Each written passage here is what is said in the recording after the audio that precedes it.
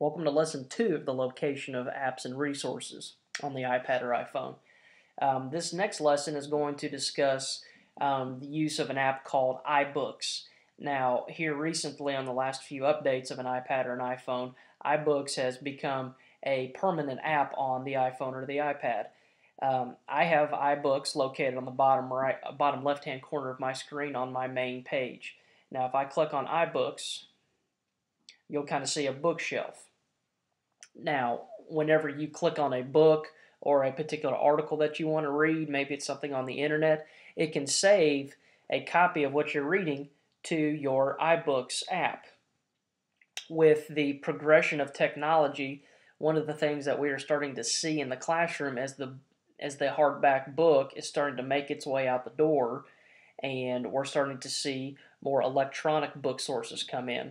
And this is a great app that can get us started on the right track. Now, as you can see, for the purposes of this film, I've got a complete blank bookshelf at the moment because I want to show you how you can start to include some of these books within your bookshelf here. If you look up the top right hand corner, you'll see where it says Store. If you click on Store, it's going to take you to something very similar to what we looked at in our last lesson with the App Store. Now, these are a bunch of different books that you are able to go through and read. Now, these are books of all types of genres and varieties, so you're going to see some books here that are not exactly appropriate for school or for children of younger ages, but this is still a place where you can locate some of the educational book sources that you would like. Right now, if you look at the bottom left, you'll see books is highlighted in blue. That's currently where we are. If you click to the right, you'll see some of the top charts right now. Some of the top free or the top paid books are located on the first row. You can see that some of these are some free books that you're able to download.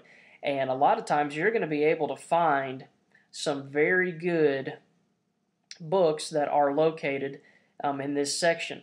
A lot of times having those free books are going to be very helpful to you. Now, if you go to the middle where it says Top Authors, you can either click on Top Paid Authors, or you can click to the right where it says Top Free Authors. Now, what you have here is just a list of authors that you can just download free books from. All of these authors could have some good credentials. Some of them may be some authors that you as a reading teacher or a language arts teacher might be able to locate and recognize to be able to use some of these books in class. So let's just take a look for an example. Let's click on Warner Brothers and see what kind of books that they have for free.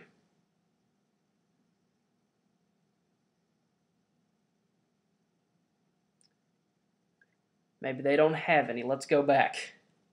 Let's choose Lewis Carroll. Okay, Lewis Carroll is the author of Alice in Wonderland. You can see some of the top 2 book choices there. Also an author of Looking Through the Glass. Some other versions of Alice in Wonderland. But all of these books are free for you to read. So if Alice in Wonderland was a particular book that students were going to read in your class, now these top versions were written or edited, as you can see, in May 13th, 2010 and 2011. But those are just some more current books that they had written. But let's just say you wanted to get one of the original copies. So this book right here, you can click on it, you can sample it, or you can just download it for free. So you can get the book. And you can see it's going to ask for my password.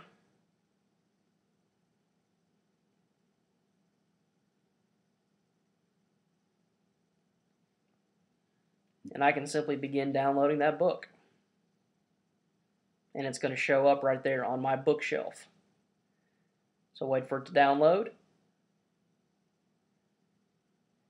And one of the new features with the update, as you can see, it's always got that little blue tag where it says new. It has not been opened yet. So I'm going to click on it. And now I have a copy of Lewis Carroll's Alice in Wonderland. And I can go through And here's chapter 1, Down the Rabbit Hole. And you can begin to read. And again, and you'll be able to see I can landscape my phone, or you can landscape your iPad, and you can begin to read those pages in that way if you need to.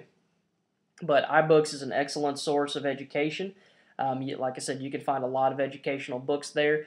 What I would make sure to do is I wouldn't allow my students to go through and look through some of those books because, like I said, some of those books are not exactly appropriate for students of some of the ages that we teach.